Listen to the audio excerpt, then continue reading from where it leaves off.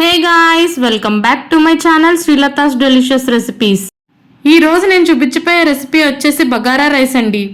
మరి ఇంకెందుకు ఆలస్యం, ప్రాసెస్ ని చూసేద్దాం. ముందుగా ఈ బగారా రైస్ కి కావాల్సిన మసాలాని ప్రిపేర్ చేసుకుందాం. మిక్సీ జార్లోకి 10 పలుకులు జీడిపప్పు, 5 ముక్కలు పచ్చి కొబ్బరి, 2 స్పూన్ల గసగసాలు వేసి మెత్తని పేస్ట్లా చేసుకోవాలి. ఇప్పుడు బగారా రైస్ కి కావాల్సిన ప్రాసెస్ ని చూసేద్దాం. స్టవ్ మీద కుక్కర్ పెట్టుకుని 2 స్పూన్స్ నెయ్యి వేసుకోవాలి. నెయ్యి బాగా వేడైన తర్వాత బిర్యానీ మసాలాలన్నీ వేసుకుని బాగా వేయించుకోవాలి. బిర్యానీ మసాలాలన్నీ బాగా వేగిన తర్వాత పుదీనా, కరివేపాకు వేసి బాగా వేయించుకోవాలి. పుదీనా, కరివేపాకు బాగా వేగిన తర్వాత సన్నగా పొడవుగా కట్ చేసుకున్న ఆనియన్స్ వేసి బాగా వేగనివ్వాలి.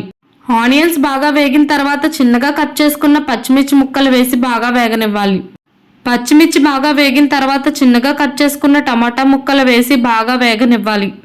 టమాటా ముక్కలు బాగా వేగిన తర్వాత మీ రుచికి సరిపడా సాల్ట్ వేసి గరిటెతో బాగా కలుపుకుంటూ వేయించుకోవాలి. ఇప్పుడు 1 స్పూన్ అల్లం వెల్లుల్లి పేస్ట్ వేసి గరిటెతో బాగా కలుపుకుంటూ పచ్చివాసన పోయేంత వరకు వేయించుకోవాలి. అల్లం వెల్లుల్లి పేస్ట్ పచ్చివాసన పోయిన తర్వాత 1 స్పూన్ జీలకర్ర ధనియాల పౌడర్ వేసి బాగా గరిటెతో కలుపుకుంటూ వేయించుకోవాలి. ఇప్పుడు ఈ స్టేజ్లోనే మనం ముందుగా ప్రిపేర్ చేసుకున్న మసాలా పేస్ట్ని వేసి బాగా కలుపుకుంటూ వేయించుకోవాలి. ఈ బగారా రైస్కి మెయిన్ ఇంగ్రీడియంట్ ఈ మసాలా పేస్ట్ అండి. మంచి టేస్ట్ అండ్ ఫ్లేవర్ని ఇస్తుంది.